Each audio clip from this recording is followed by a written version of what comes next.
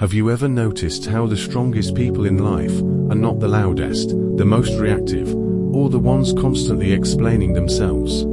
They are the ones who remain calm when everyone else is losing control. They speak less, but when they do, every word lands with weight. Now imagine if you started living like that. Imagine if you stopped reacting to every provocation, stopped answering every demand, stopped trying to explain yourself to people who were never listening in the first place. What do you think would happen? Here's the truth. The moment you stop being endlessly available emotionally, mentally, even physically, something profound begins to shift. People who once relied on your constant presence suddenly feel lost. They no longer have easy access to your energy, and that unsettles them. Why? Because they weren't attached to you. They were attached to how predictable your reactions were. But when you withdraw, when you create space, when you choose silence instead of reaction, the balance of power changes. And those who thought they knew you realize they only knew the version of you that was always giving. The philosopher Seneca once wrote, "He who is everywhere is nowhere." And this truth applies not only to places, but to people. When you spread yourself thin, saying yes to everything, showing up for everyone, giving away pieces of your attention all day long, you disappear. You dilute your presence so much that you stop existing for yourself. Think about this. How many times have you agreed to something just to avoid disappointing others? How many times have you rushed to answer a message you didn't want to answer? Explained yourself when no explanation was needed, or forced yourself to listen to people who never listened to you? Each of those moments seems small, but together, they create exhaustion, emptiness, and a feeling that your life belongs more to others than to yourself.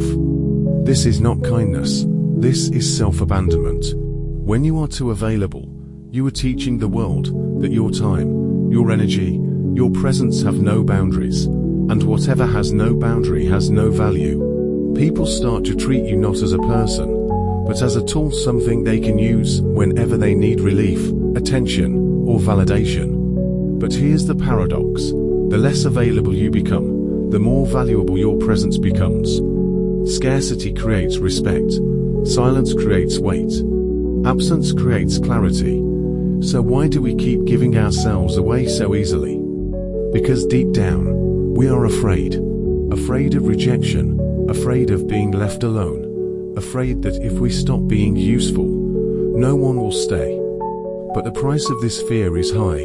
You end up surrounded by people who don't love you for who you are, but for what you provide.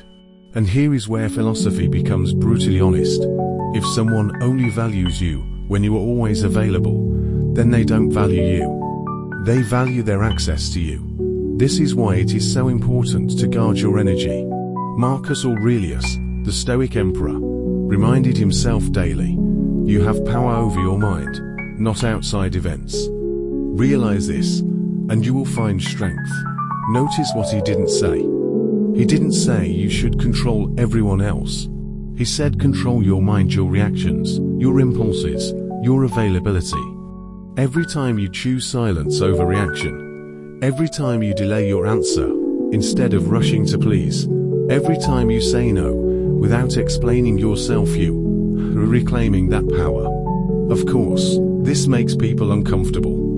Have you noticed how some people panic when you don't reply immediately? Or when you don't justify yourself? Or when you simply step away? It's not because they miss you. It's because your silence takes away their control. As long as you are reacting, they know how to play the game. But when you stop reacting, you break the rules. This is why silence is not weakness, it is strength.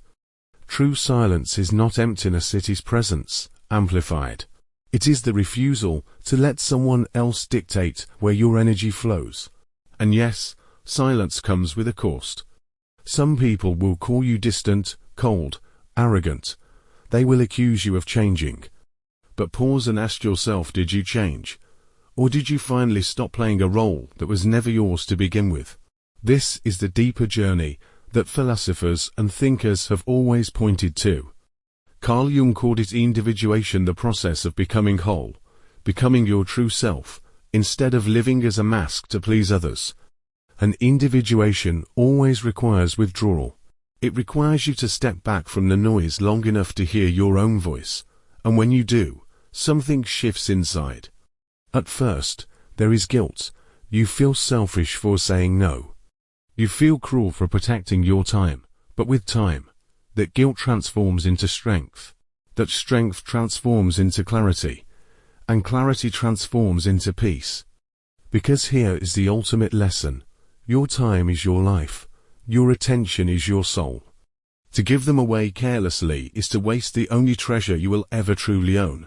So ask yourself who really deserves your energy, who has proven worthy of your attention, your presence, your availability, and who only shows up when they need to take, never when it's time to give.